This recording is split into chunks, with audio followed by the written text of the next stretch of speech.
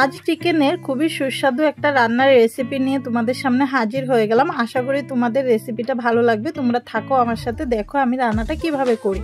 তো প্রথমেই রান্নার জন্য আমি এখানে কিছু মশলা নিয়ে নিচ্ছি রেডি করে।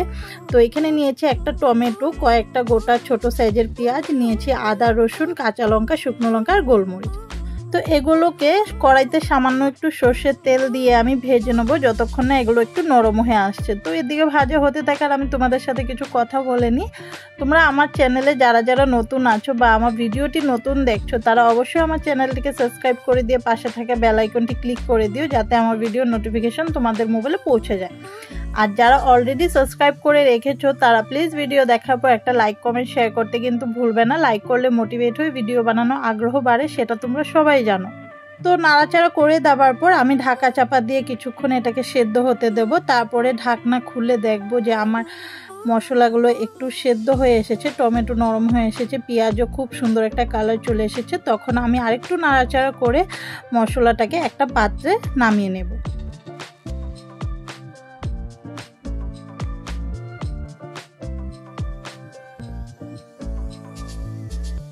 মশলাগুলো নামানো হয়ে গেলে আমি ফ্যানের নিচে দিয়ে ঠান্ডা করে নিয়েছিলাম। তারপরে মিক্সার জারে আমি এগুলোকে দিয়ে খুব ভালো ফাইন পেস্ট তৈরি করে নেব।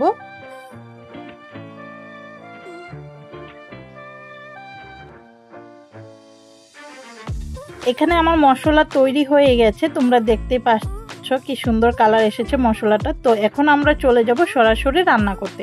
তো আমি কড়াই ধুয়ে পরিষ্কার করে আবার গ্যাসে চাপিয়ে দিয়ে দিলাম পরিমাণ মতো সরিষার তেল। আর আমি আলু কেটে রেখেছিলাম, তো আলুগুলোকে দিয়ে সামান্য একটু নুন দিয়ে এটাকেও একটু লালচে করে ভেজে নামিয়ে নেব।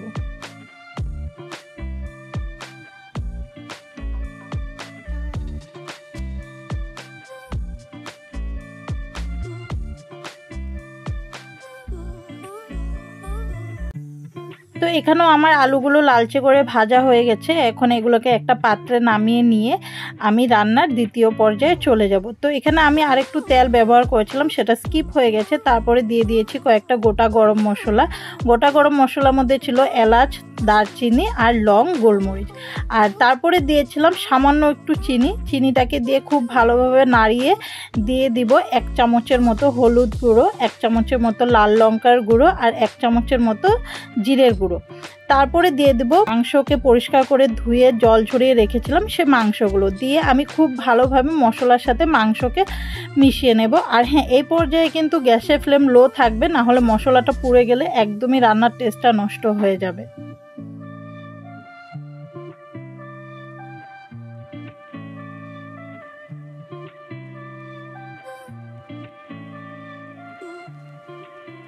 মশলার সাথে মাংস মেশানো হয়ে গেলে আমি এখানে ঢাকা চাপা দিয়ে জল জড়ো অবধি অপেক্ষা করব। তারপরে দেখব মাংস থেকে যখন একটু জল ছেড়ে দিয়েছে, তারপরে আরেকটু ভালোভাবে মিশিয়ে নেব আমি মশলার সাথে মাংসটাকে।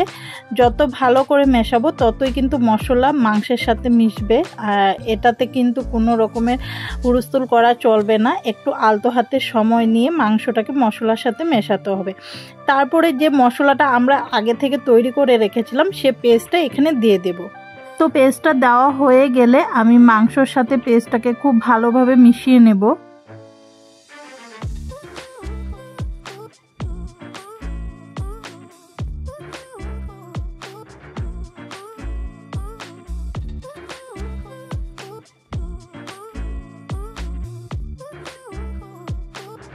মশলার সাথে মাংসটাকে মেশানো হয়ে গেলে আমি যে বাটিটাতে মশলা রেখেছিলাম সেটা ধুয়ে সামান্য একটু জল আমি এখানে দিয়ে দিচ্ছি। দিয়ে তারপরে ঢাকা চাপা দিয়ে 5 থেকে 7 মিনিট লো টু মিডিয়াম ফ্লেমে রান্না করব। তো এখানে দেখতেই পাচ্ছ মাংস থেকে আর মশলা থেকে অনেকটা জল ছেড়ে দিয়েছে। আমি আবারও খুন্তির সাহায্যে একটু ভালোভাবে নাড়িয়ে নেব।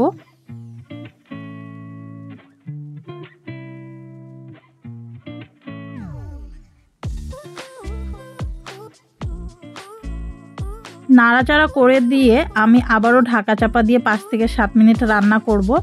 তো আবারও 5 থেকে 7 মিনিট পরে ফিরে আসলাম। তো খুন্তির সাহায্যে তোমাদেরকে একটু নাড়াচাড়া করে দেখিয়ে দিচ্ছি। দেখো কি সুন্দর গ্রেভিটা আস্তে আস্তে ঠিক হচ্ছে। আর এই রান্নাটাও কিন্তু লো টু মিডিয়াম ফ্লেমেই করবে। আমি সবসময় বলে থাকি রান্না যত সময় নিয়ে করবে ততই কিন্তু ভালো হবে। তারপরে এখানে আমি পরিমাণ মতো দিয়ে দিলাম নুন। আমি কিন্তু নুন আগে ব্যবহার করিনি, তো এখন করছি। তারপরে কয়েকটা রসুনের কলি দিয়েছি গোটা, কয়েকটা গোটা পেঁয়াজ দিয়েছি, আর দিয়ে দিয়েছি ভেজে রাখা আলুগুলো। এই রান্নাটার মধ্যে পেঁয়াজ আর রসুনের কলি ব্যবহার করলে এত ভালো ফ্লেভার আসে কি বলবো, রান্নাটা তোমরা না করলে বুঝতে পারবে না। তারপরে সবগুলোকে আমি মশলা আর মাংসর সাথে একটু ভালোভাবে মিশিয়ে দেব।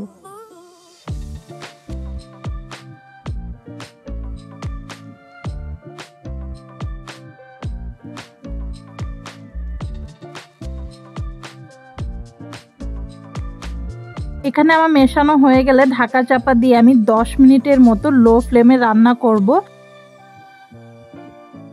10 মিনিট পরে আবারও ফিরে আসলাম। তোমরা দেখতেই পাচ্ছ এখানে মাংসটা অনেকটাই কষানো হয়ে গেছে আমার, আর পেঁয়াজের কালারও চেঞ্জ হয়েছে, মাংসটা খুব ভালো প্রপারলি সেদ্ধ হয়ে এসেছে। তো এইখানে আমি একটু ভালোভাবে আলতো হাতে নাড়াচাড়া করে দিয়ে তারপরে চলে যাব আসল পর্যায়ে, যেটা হলো ঝোলের পর্যায়ে। তো ঝোল কিন্তু এটাতে খুব বেশি দেওয়া চলবে না। আমি এখানে পরিমাণ মতো জল ব্যবহার করছি, মশলার বাটি ধুয়ে রাখা। তো তোমরা চাইলে কিন্তু এখানে ঝোলও রাখতে পারো। আমি গ্রেভির থিকনেস একটু মাঝারি রাখবো, তার জন্য অল্প একটু জল কিন্তু আমি এখানে ব্যবহার করেছি।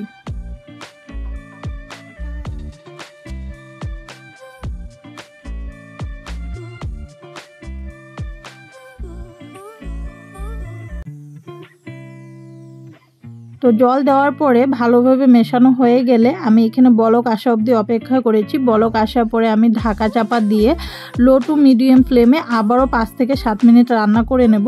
5-7 মিনিট পরে ঢাকনা খুলেই প্রথমেই আমি দিয়ে দিলাম হাফ চামচের মতো গরম মশলার গুঁড়ো, আর দিয়েছি 2 চামচের মতো কাঁচা সরিষার তেল।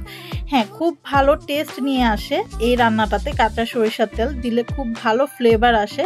তো কাঁচা সরিষার তেল দেওয়ার পরে আমি মাংসটাকে খুব ভালোভাবে মিশিয়ে নিচ্ছি। একটু আলতো হাতে মেশাবো, না হলে মাংসগুলো ভেঙে যাওয়ার সম্ভাবনা থাকে। তো মেশানোর পর কিন্তু আমি ঢাকা চাপা দিয়ে আরও 2 থেকে 3 মিনিট এটাকে রান্না করে নেব। তারপরে সরাসরি চলে যাব তোমাদের সাথে পরিবেশনে।